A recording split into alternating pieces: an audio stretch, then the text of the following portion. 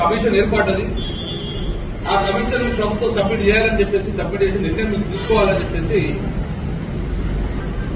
29 జనవరి నాడు సబ్మిట్ చేస్తే 5 రోజుల లోపలనే 4 ఫిబ్రవరి 2020 నాడు కేబినెట్ అప్రూవ్ చేసింది. మీకు అన్ని లెక్కలు చెప్తున్నాను. 4 ఫిబ్రవరి 2024 కేబినెట్ లో ఇమ్మీడియట్ గా దీన్ని అప్రూవ్ చేశారు. చేసిన తర్వాత కరెక్ట్ ఇమ్మీడియట్ 10 రోజుల లోపలనే అసెంబ్లీ ఏర్పాటు చేసింది. 16 ఫిబ్రవరి 2024 అసెంబ్లీ ఏర్పాటు చేసింది. 16 ఫిబ్రవరి 2024 ఆ అసెంబ్లీలో ఏం చేసిందంటే చట్టం చేద్దామని చెప్పేసి అందరు అభిప్రాయించుకోమని చెప్పి ఆలోచించడం జరిగింది. ఆ రోజు మాట్లాడాను దీని మీద.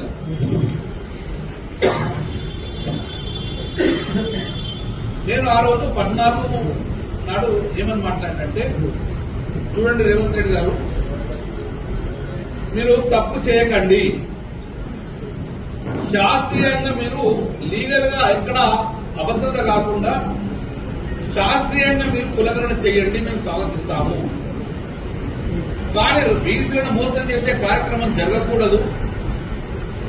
వేసి మళ్ళీ పొగేసినట్లు ఇది పెట్టుకొని కోర్టు పోతే డిస్క్వాలిఫై కోర్టు కొట్టకుండా మీరు శాస్త్రీయంగా చేయాలి అని ఒక 3 ఎగ్జాంపుల్ చెప్పిన మీరు ఆ రికార్డ్స్ ఉండేది.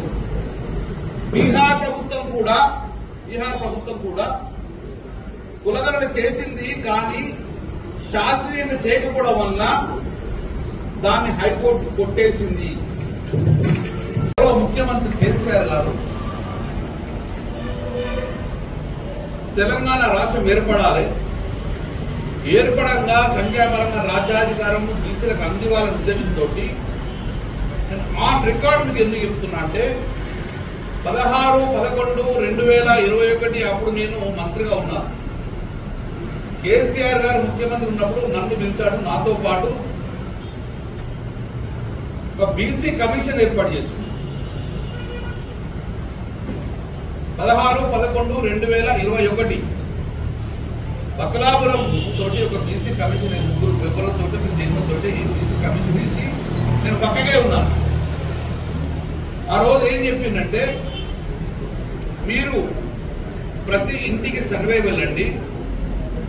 వెళ్ళి సంఖ్యాపరంగా ఓట్లు బీసీలు ఎంతమంది ఉన్నారు కులగణన చేపట్టండి.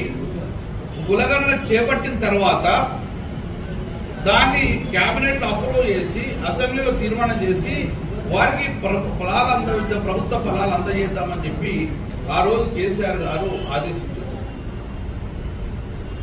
సరే, వాళ్ళు కులగణన సర్వే స్టార్ట్ చేసి మొదలుపెట్టే ప్రయత్నంలో అప్పుడే ప్రభుత్వాలు మారిపోయిన తర్వాత అప్పుడు మన 16/11 నాడు ఎప్పుడైతే కమిషన్ ఇచ్చిందో అదే రోజు జీవో నెంబర్ 9 ఇచ్చారు. మీకు చూస్తాం, ఇప్పుడు కాగితం పంపిస్తాం. ఇది జీవో నెంబర్ 9